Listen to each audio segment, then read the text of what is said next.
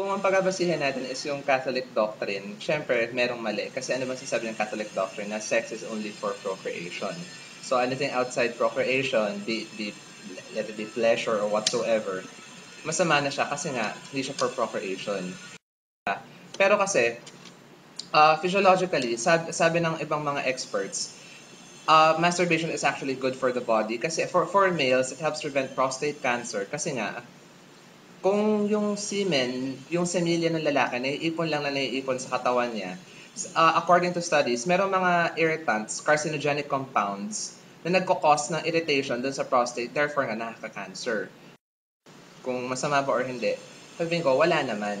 Kasi physically, wala naman akong sinasaktan, wala naman akong inaagrabyado. I mean, sarili ko lang naman yun. So, I think walang masama. Well, honestly, narito na naman ako, nakaharap na ako sa camera. So, yes, sabihin ko, inaamin ko, nag-masturbate ako, nagbabate, nag-jajakol, pleasing the Pope, or whatever other euphemism or terms that you may have. Wala naman. Kamay ko lang. Kaya nga convenient kasi kamay mo lang, tapos konting imagination, okay na. Na iba't ibang technique, meron siyang gagamit ka ng unan, mainit na tubig, plastic, mga cream, siya kung ano-ano pa. Kung ano ba pinagpapantasya? Well, bilang isang lalaki na nagnanasa sa kapwa lalaki, so ang pinagnanasahan ko syempre is tawag doon, sex with my own sex, that is with males. Tawag doon, kung ano yung pinapantasya ko, hindi ko na idedetalye. Pero ang mahalaga, alam nyo, na lalaki. So, saan, paano, at kailan?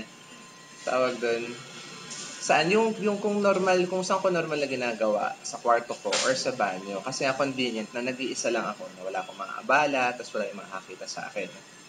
Hindi dahil sa nahihiya ako. Pero kung dahil tawag doon, private yon, more or less dapat sa akin lang yon. Well, unless gusto nila mag-participate, why not? Joking. Gaano kadalas tawag doon? Araw-araw, twice a day, madalas ko ginagawa kasi nasasarapan ako. So, yun. Well, honestly speaking, I don't think there's any difference. Wala pinagkaiba kasi, una sa lahat, pareho naman silang merong siguro, ang pinagkaiba lang nila is pinagpapantasyahan nila. Yung mga tawag doon, yung mga bakla, ang pinagpapantasyahan nila, yung kapwa nila lalaki. Yung mga lalaki naman, pinagpapantasyahan nila, syempre, mga babae. So, pero kung sa technique, kung sa technique siguro may kanya-kanya silang variation. Pero basically, it's the same thing. They stimulate themselves to reach orgasm. Basically, it's the same.